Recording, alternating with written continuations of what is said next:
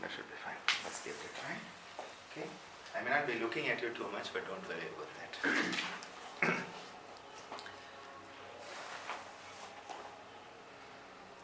The practical aspect of yoga therapy or Yoga Chikitsa involves our interactions with the patient, the participant, or the client. When a person comes to us as a yoga therapist, more often than not, they have some problem, some issue, some challenge in their life, and that brings them to yoga.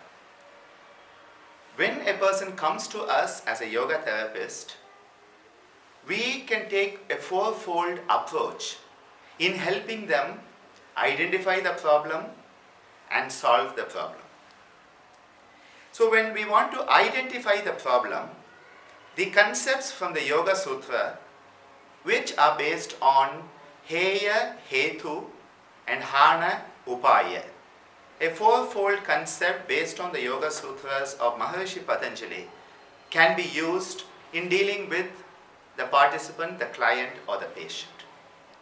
The first of these principles is Heya. Heya refers to the problem, the challenge, the issue the individual has. So when we look at it, it is not merely diagnosing that the person has diabetes or the person has hypertension or low back pain, but we need to look at multi-dimensional approach to both the problem as well as the individual having the problem, because both of them need to be tackled in order to achieve the goal of yoga therapy, that is health, happiness, and harmony. In the concept of Heya, we want to know what is the problem. We want to know how long the duration of the problem, whether it is short term, long term. We want to know how severe it is. Mridu, Madhya, Adimatra, as is said to us in the yoga texts. Is it a mild, is it an average, or is it a very severe problem? How does it impact the person's daily life? Is it something that comes once in a while and they can still keep the life going? Or is it so overpowering that they cannot even do their routine activities? This is how we need to look at the problem. But we also need to understand it is the individual who is having the problem, who is perceiving the problem, who is undergoing that problem. And we need to look at the physical manifestations such as pain in different parts of the body, swelling in different parts of the body, the inability to use different parts of the body. We need to look at the emotional component. Are they getting into hyper-emotional states which may be based on things like anger or extreme emotionality, sensitivity that is then worsening their problem? We then look at the mental aspect. Is the problem due to the mind? Is it psychosomatic, or is it the body causing the problem in the mind, the somatopsychic component? So we need to understand, are they irritated, jittery, are they depressed, anxious, or are they moving from both extremes, as happens in bipolar affective disorder? We need to understand the social component. Because of this problem, this disease, this disorder that they are suffering, what is happening in the family dynamics? What is happening in the social dynamics? Are they being kept away from social activities, either by the society or by themselves? Are they feeling that they are not in a state of being that they can go and mingle with others? Or are they feeling as a social outcast? So many aspects that we need to understand the individual who is having the problem and the dynamics between both of them. And of course, finally, the spiritual aspects. When we talk of spiritual health, we talk about the feeling of oneness with the universe. A feeling that I am not alone, I have the support of the universe with me. That type of confidence is spiritual health. The absence of that, a feeling of being lonely, a feeling of nobody is there to support me, even God has let go of me. the feeling of that separation, viyoga, that is the spiritual component of the Heya that we are trying to understand as the first part in our diagnostic method of yoga therapy. The second component is Hetu. Now that we know what the problem is, why does this person, this individual, have the problem? And this is where yoga and the Indian systems of medicine take a wider, more comprehensive look at different disorders. It is not just all diabetic patients are the same, but it is this individual having diabetes. It is the individual who is having a condition and how is it different. So in the Hetu, we want to know what is the cause, and we utilize the Dvadasha Roga Lakshana Anukrama that I have talked about in another talk, the 12 aspects that include the doshas, the gunas, the ahara, it includes the viparita buddhi, and so many aspects that contribute towards the person having a specific problem, a specific individual having a specific problem. Here we need to look at the internal causes. Is it genetical? Is it congenital? Is it the stress that the person is feeling? Because please remember, nothing can stress you unless you let it stress you. Are they letting things around them stress them so much? Are there any imbalances, pranic imbalances, hormonal, physical imbalances? Are there mental and emotional imbalances behind what is happening? Are their perceptions justified? More often than not, we perceive things not as they are, but as we are. When we have a wrong perception of something, two people are talking, and immediately in our mind is like, they are plotting against me. Now all they are talking about is how the weather is today. But our perception, or rather wrong perception, Patanjali calls it viparyaya, one of the chitta vrittis. Is it a perception? We talk about persecution complex. Is it something like that?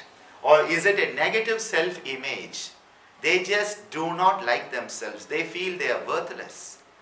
All of these are the internal factors that may be behind the problem that is surfacing today.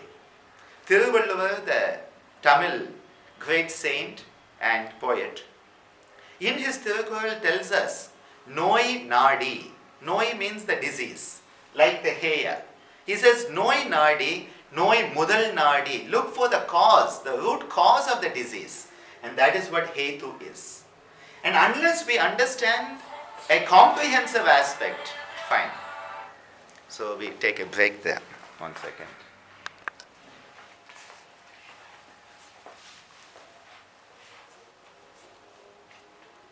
Thiruvalluvar, the ancient Tamil poet, a great saint, in his Thirukural tells us Noi Nadi, Noi Mudal Nadi. Noi means the disease. It is the Heya. What is the disorder, the disease, the problem, the suffering that the person is having? And then he says Noi Mudal Nadi. That Mudal, which is the root cause. In yoga, Vyadi, which is disease, is a manifestation of an Adi, which is the root cause. And the whole process of Hetu is to help us understand why this person has this specific condition. And this is where both the individual as well as the condition are to be understood in great detail. Following the internal causes, we have the external, which could be the infections. The infections which come from outside, but of course, you are more open to infections when you are dull and depressed and your immune system is down. So there is an interplay between external and internal causes at all times. Accidents. The person may have fallen down the stairs. Of course, the question comes, why did they fall down the stairs? Because they were not paying attention to what they were doing, walking up or down the stairs. Why do we have accidents? Because we are not, or rather our mind is not where our body is at that moment. Or sometimes somebody else's mind and body are misaligned. So, infections, accidents, the environment in which they live, great noisy, dusty environment that they live in may be the cause of what they're having. The job they do may be a cause. And of course, trauma of different forms. External trauma, internal trauma, trauma of the physical nature, emotional, sexual, psychosocial. So many aspects can be there that are causing the problem the person has. And never forget the role of lifestyle. We in the world today are suffering an immense amount of lifestyle disorders. And this has to be addressed by understanding what is the lifestyle the person has. What time do they get up? What time do they sleep? Are they living a physical, active lifestyle, or is it a sedentary lifestyle? What type of food do they eat? And when we talk of lifestyle, we need to understand the principles of ahar, vihar, achar, vichar. There are 4 components that involve the yogic aspect of lifestyle. What do you eat? How do you relax? What are your activities? And what do you think? All of these are important. Once we have understood the problem the person has, the Heya, once we have understood why they have it, the Hetu, we now start to set goals. And that is Hana. Hana is the goal of the therapeutic process. And here we need to consider 2 goals. One is the goal that the patient themselves want. And one is the goal that we as a therapist would like to manifest for this person. A person comes with cancer, you may want to cure them of cancer. You may want to cure them of diabetes, of hypertension, of insomnia. But all the patient may want is to just feel better.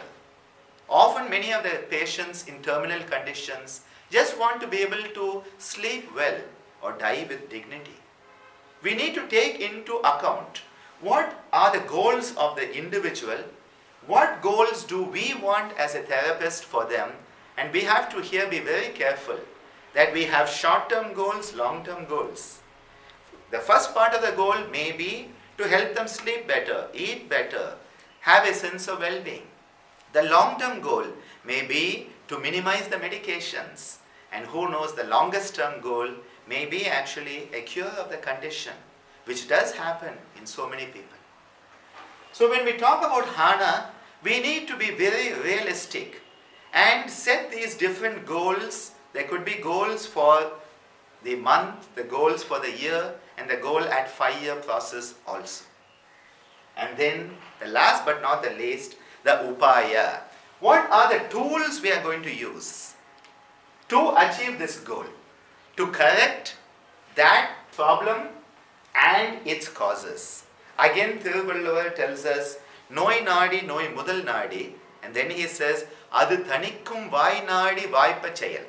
That is, you look at the remedy and apply that remedy. What is the antidote? What are the corrective measures? And that is what Upaya, the tools are. The corrective measures. And this involves the yogic counseling, where you talk one-on-one to the person, you listen to them, give them space, enable the right environment to be there in your counseling, physically, mentally, emotionally, so that they feel like letting down the barriers. And at that point, they start to have that transformation from within. You start to empower the person, you enhance the confidence. The counseling is a very important component of any yoga therapy protocol. Attitude changes. That is what the Yama Niyama are all about. How to bring out a change in attitude towards life, a change in attitude towards the society around us, a change in attitude towards our own self. Lifestyle modifications based on achar, vichar, ahar, vihar are to be brought in. The entire 8-limbed yoga, Ashtanga yoga. Already I mentioned the Yama Niyama, using the asanas. That will help this person. Look at the physical condition, look at the emotional, mental condition. See where they are. You have set the goal where you want them to go. How step by step can I take them there? Using the tools of Patanjali's Ashtanga yoga. The Yama, Niyama, the asanas, the pranayamas, pratyahara techniques, and when they are ready, the dharana, dhyana techniques, helping them to attain a state of samadhi that in the therapeutic context is a state of health, harmony and well-being, where you are at ease with yourself. That is actually what happens when we use these tools. Tools of the Hatha Yoga tradition that involve the Shat Karmas, cleansing techniques, to help cleanse out the mala, all the waste, the kleshma, thus enabling the nadis to work as they should, harmonizing the flows physically, physiologically and psychologically also. We can use the mantra, the chanting, because the vibrations that we chant, and we being a vibratory being, we can set up a resonance between the chanting we do and our own cellular vibration. The mantras, yantra, enabling them to know where they are in life, understanding the great wheel of life. And of course, yatra, that is a therapy of enabling the person to go to different pilgrimage spots, a sense of purification that helps with the spiritual health, enhancing the power within them, that confidence that I can and I will be healthy. And last but not least, the relaxation component of yoga. Yoga offers us Hatha Yoga, physical relaxation, Jnana Yoga, mental relaxation. And ultimately the goal becomes that throughout your life, every moment of your life, you are doing your action with a sense of relaxation. It's a beautiful concept that Krishna tells us in the Bhagavad Gita.